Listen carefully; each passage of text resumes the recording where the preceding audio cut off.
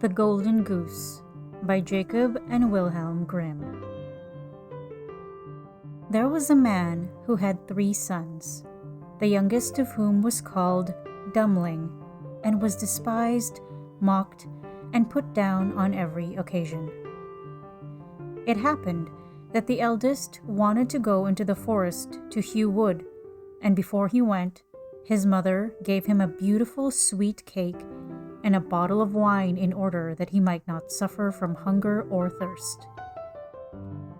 When he entered the forest, there met him a little gray-haired old man who bade him good day and said, "Do give me a piece of cake out of your pocket, and let me have a draught of your wine.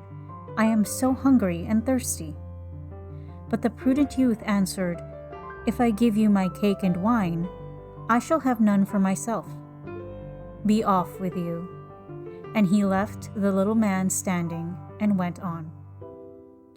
But when he began to hew down a tree, it was not long before he made a false stroke, and the axe cut him in the arm, so that he had to go home and have it bound up. And this was the little gray man's doing. After this, the second son went into the forest, and his mother gave him, like the eldest, a cake and a bottle of wine. The little old gray man met him likewise, and asked him for a piece of cake and a drink of wine. But the second son too said with much reason, "What I give you will be taken away from myself. Be off." And he left the little man standing and went on. His punishment, however, was not delayed. When he had made a few strokes at the tree, he struck himself in the leg, so that he had to be carried home. Then Dummling said, "Father, do let me go and cut wood." The father answered, "Your brothers have hurt themselves with it. Leave it alone. You do not understand anything about it." But Dummling begged so long that at last he said, "Just go then. You will get wiser by hurting yourself." His mother gave him a cake made with water and baked in the cinders, and with it a bottle of sour beer.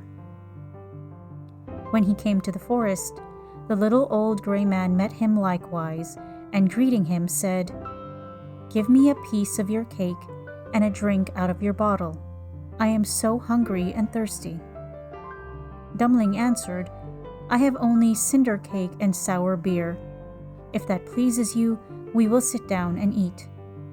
So they sat down, and when Dummling pulled out his cinder cake, it was a fine sweet cake, and the sour beer had become good wine.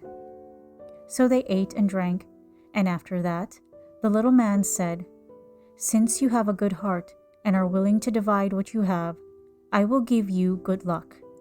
There stands an old tree. Cut it down, and you will find something at the roots." Then the little man took leave of him. Dummling went and cut down the tree, and when it fell, there was a goose sitting in the roots with feathers of pure gold. He lifted her up, and taking her with him, went to an inn where he thought he would stay the night.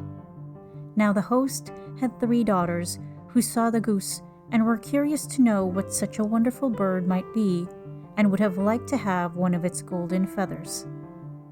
The eldest thought, "I shall soon find an opportunity of pulling out a feather," and as soon as Dummling had gone out, she seized the goose by the wing, but her finger and hand remained sticking fast to it.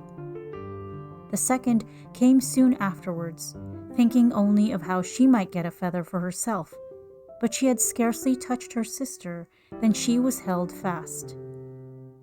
At last, the third also came with a like intent, and the others screamed out, "Keep away! For goodness' sake, keep away!" But she did not understand why she was to keep away. "The others are there," she thought.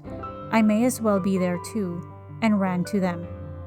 But as soon as she had touched her sister, she remained sticking fast to her. So they had to spend the night with the goose. The next morning, Dummling took the goose under his arm and set out, without troubling himself about the 3 girls who were hanging on to it. They were obliged to run after him continually, now left, now right, just as he was inclined to go. In the middle of the fields, the parson met them, and when he saw the procession, he said, "For shame, you good-for-nothing girls! Why are you running across the fields after this young man? Is that seemly?" At the same time, he seized the youngest by the hand in order to pull her away, but as soon as he touched her, he likewise stuck fast and was himself obliged to run behind. Before long, the sexton came by and saw his master, the parson, running behind 3 girls. He was astonished at this and called out, "Hi, your reverence, whither away so quickly? Do not forget that we have a christening today." And running after him, he took him by the sleeve, but was also held fast to it. Whilst the 5 were trotting thus one behind the other, 2 laborers came with their hoes from the fields. The parson called out to them and begged that they would set him and the sexton free. But they had scarcely touched the sexton when they were held fast, and now there were 7 of them running behind Dummling and the Goose. Soon afterwards, he came to a city where a king ruled who had a daughter who was so serious that no one could make her laugh. So he had put forth a decree that whosoever should be able to make her laugh should marry her. When Dummling heard this, he went with his goose and all her train before the king's daughter, and as soon as she saw the 7 people running on, one behind the other, she began to laugh quite loudly, and as if she would never leave off. Thereupon, Dummling asked to have her for his wife, and the wedding was celebrated. After the king's death, Dummling inherited the kingdom and lived a long time contentedly with his wife.